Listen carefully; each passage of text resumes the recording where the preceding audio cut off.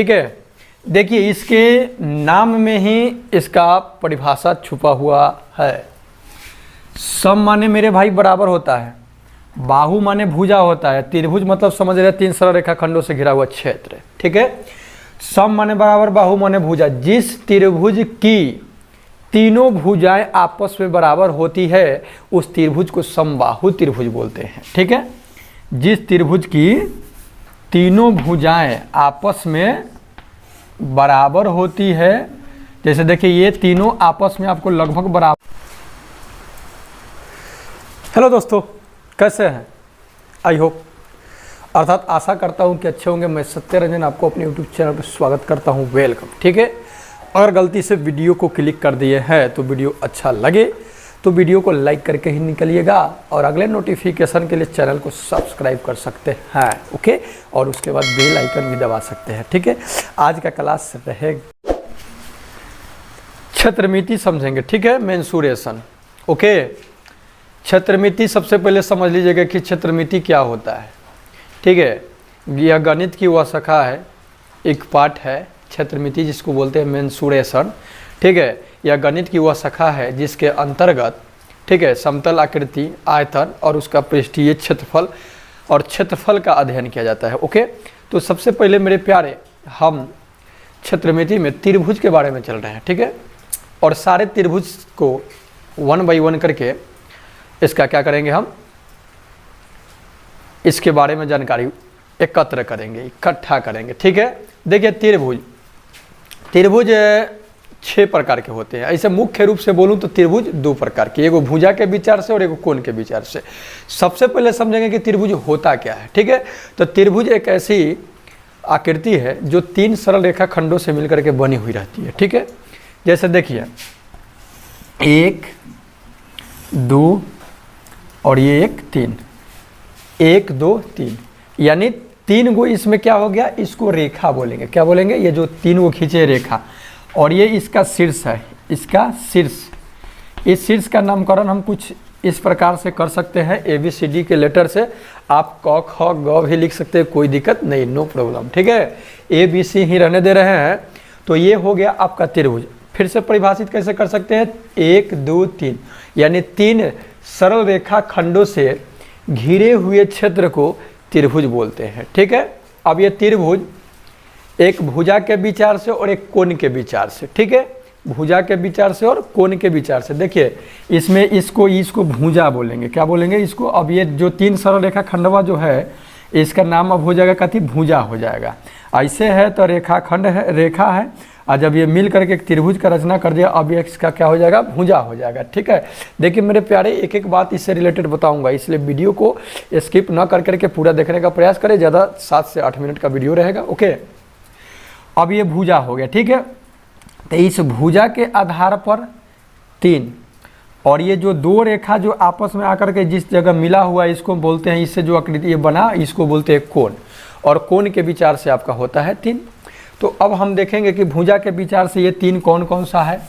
ठीक है। सबसे पहले तो त्रिभुज समझ गए कि 3 सरल रेखा खंडों से घिरे हुए क्षेत्र को त्रिभुज बोलते हैं। ठीक है। और त्रिभुज भुजा के विचार से और कोण के विचार से, भुजा के विचार से 3 और कोण के विचार से 3। ठीक है। अब देखेंगे पहले फर्स्ट नंबर में कि भुजा के विचार से।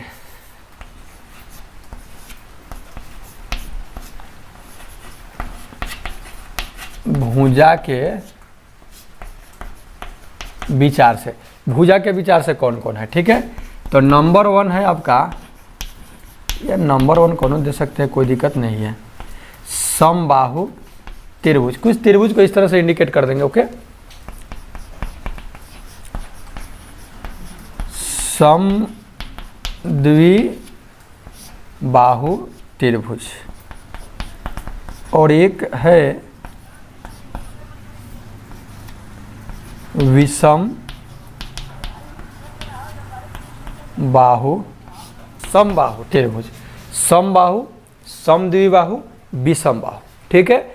अब इस तीनों, ये भुजा के विचार से हो गया। ठीक। उसके बाद देख ले रहे हैं हम कोण के विचार से।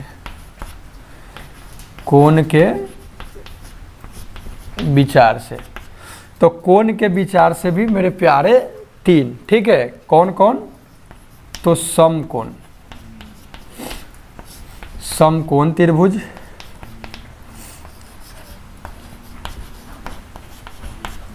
न्यून कोण त्रिभुज, और एक और, ठीक है, एक और आपका हो जाएगा अधिक कोण, अधिक कोण त्रिभुज, ठीक है। तो इस प्रकार से ये त्रिभुज कितने हो गया, टोटल 6 हो गया। ओके, तो अब हम समझेंगे समबाहु त्रिभुज। ओके, समबाहु, ठीक है। देखिए इसके नाम में ही इसका परिभाषा छुपा हुआ है। सम माने मेरे भाई बराबर होता है, बाहु माने भुजा होता है, त्रिभुज मतलब समझ रहे 3 सरल रेखाखंडों से घिरा हुआ क्षेत्र, ठीक है। सम माने बराबर, बाहु माने भुजा। जिस त्रिभुज की तीनों भुजाएं आपस में बराबर होती है उस त्रिभुज को समबाहु त्रिभुज बोलते हैं, ठीक है। जिस त्रिभुज की तीनों भुजाएं आपस में बराबर होती है, जैसे देखिए ये तीनों आपस में आपको लगभग बराबर लग रहा होगा, ठीक है, तो ये आपका कैसा त्रिभुज हो गया, समबाहु त्रिभुज हो गया, ठीक है। दूसरा देखेंगे समद्विबाहु त्रिभुज, समद्विबाहु त्रिभुज। अब देखिए इसमें समझेंगे, सम माने बराबर, द्वि माने 2 और बाहु माने भुजा। सम माने बराबर, द्वि माने 2 और बाहु माने भुजा। जिस त्रिभुज की 2 भुजाएं आपस में बराबर होती है उसको समद्विबाहु त्रिभुज बोलते हैं। देखिए इसमें ये जो ABC त्रिभुज बना है इसमें ये आपको बराबर दिख रहा होगा, ठीक है, और ये अलग दिख रहा होगा, तो ये कैसा त्रिभुज हुआ, समद्विबाहु त्रिभुज हुआ। और एक क्या बचा, विषम बाहु त्रिभुज। विषम माने होता है भिन्न, और बाहु माने भुजा। विषम माने भिन्न माने अलग अलग। तो जिस त्रिभुज की तीनों भुजाएं अलग अलग होती है या भिन्न होती है, आपस में बराबर नहीं होती है, उस त्रिभुज को कहते हैं विषम बाहु त्रिभुज, ठीक है। इसे ही आप देख लीजिए, इसमें ये भुजा अलग, ये भुजा अलग, ये तीनों भुजाओं की लंबाई कुछ अलग अलग है, तो ये हो गया आपका विषम बाहु त्रिभुज, ठीक है। तो अब देख ले रहे हैं तो मेरे प्यारे याद हो गया होगा, समबाहु जिस त्रिभुज की तीनों भुजाएं आपस में बराबर होती है उसको समबाहु त्रिभुज बोलते हैं। जिस त्रिभुज की कोई 2 भुजाएं आपस में बराबर होती है उसे समद्विबाहु त्रिभुज बोलते हैं। और जिस त्रिभुज की कोई भुजा आपस में बराबर नहीं होती उसको विषम बाहु त्रिभुज बोलते हैं। देखेंगे कोण के आधार पर 3 समकोण, ठीक है, समकोण, ठीक है। इसमें होता है कि इसमें तो वही बात है, सम माने बराबर और कोण, ठीक है, लेकिन इसको कुछ इस प्रकार से डिफाइन किया जा सकता है। जिस त्रिभुज की कोई एक कोण समकोण हो, समकोण का मतलब होता है 90 डिग्री। 90 डिग्री कब होगा मेरे भाई, अगर एक रेखा पर कोई रेखा एकदम सीधी, उस पर क्या हो, सीधी खड़ा हो, तो वहां जो कोण बनेगा 90 डिग्री का बनेगा। ओके, वहाँ क्या चीज़ का बनेगा, 90 डिग्री का कोण बनेगा। तो ये आपका हो जाएगा इस तरह से, तो यहाँ 90 डिग्री का कोण बन जाएगा। तो कह रहा है कि जिस त्रिभुज का, तो त्रिभुज मेरे प्यारे इस तरह से अगर मैं कर दूँ तो देखिए 1 2 3 को भुजा मिल गया, त्रिभुज तो बन गया। और यहाँ आपको दिखाई दे रहा है कि ये जो भुजा है, इस भुजा पर क्या है, लंब है। तो ये जो एगो लंब है, अब इसका पता नहीं है कि कितना डिग्री है, उससे बस नहीं है मेरे को, बस एक होना चाहिए 90 डिग्री। तो जिस त्रिभुज का कोई एक कोण 90 डिग्री यानी 90 डिग्री का होता है उसको हम बोलते हैं समकोण त्रिभुज। 90 उस पर छोटा एक दे देते हैं, डिग्री हो जाता है, ठीक है। दूसरा समझेंगे न्यून कोण, न्यून कोण त्रिभुज। न्यून कोण, न्यून माने होता है कम, ठीक है, न्यून माने कम।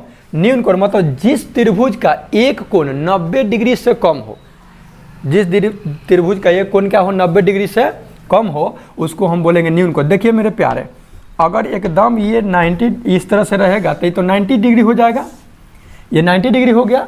लेकिन इस चीज़ को, इसको थोड़ा कम कर दे, इसको थोड़ा झुका दे, इधर झुकाइए, ठीक, इसको हटा दीजिए। अब तो देखिए झुक गया, तो मतलब पूरा था 90 डिग्री था, अब कम हो गया ना, तो अब ये 90 डिग्री से कम हो गया, अब कुछ कम हुआ होगा, ठीक है, अलग ले रहे हैं। तो ये जो त्रिभुज आपका बना वो कैसा त्रिभुज बना, वो त्रिभुज हो गया आपका न्यून कोण। एक और देख ले रहे हैं, लास्ट आपका बच गया क्या, अधिक कोण त्रिभुज, ठीक ना।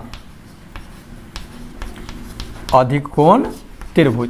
तो अधिक कोण त्रिभुज, अधिक कोण मतलब कि जिस त्रिभुज का एक कोण 90 डिग्री से बेसी हो। अब पूरा खड़ा रहेगा तो ना ऐसे 90 डिग्री हो गया, और इसको थोड़ा और इधर ला दीजिएगा, इधर माहे आ जाएगा ये, ठीक। तो ये जो कोण बनेगा तब भाई तो बेसी हो गया, यहाँ तो 90 डिग्री था, लेकिन अब यहाँ से बेसी हो गया, तो अब ये मेरा कौन त्रिभुज बन गया, ए बी और सी। ये कैसा त्रिभुज बना, अधिक कोण त्रिभुज बना, ठीक है। तो जिस त्रिभुज का कोई एक कोण 90 डिग्री का होता है वो समकोण त्रिभुज हुआ, जिस त्रिभुज का एक कोण 90 डिग्री से कम होता है न्यून कोण त्रिभुज हुआ, और जिस त्रिभुज का कोण 90 डिग्री से अधिक, 0 डिग्री से कम होना चाहिए, ठीक है, 90 डिग्री से अधिक, 90 डिग्री से अधिक और 180 डिग्री से कम होगा तो अधिक कोण त्रिभुज, 90 डिग्री से कम और 0 डिग्री से अधिक हो तो न्यून कोण, और वो जो समझ रहे हैं 90 डिग्री हो, 0 डिग्री से 90 डिग्री के बीच में होगा तो वो कोण त्रिभुज हो जाएगा, आपका समकोण हो गया। तब मेरे प्यारे वीडियो अच्छा लगा होगा तो एक लाइक जरूर बनता है, ठीक है। मिलते हैं नेक्स्ट वीडियो में, तब तक के लिए इजाजत, take care and good bye. Bridge से संबंधित लेकर क्वेश्चन मिलेंगे, ओके।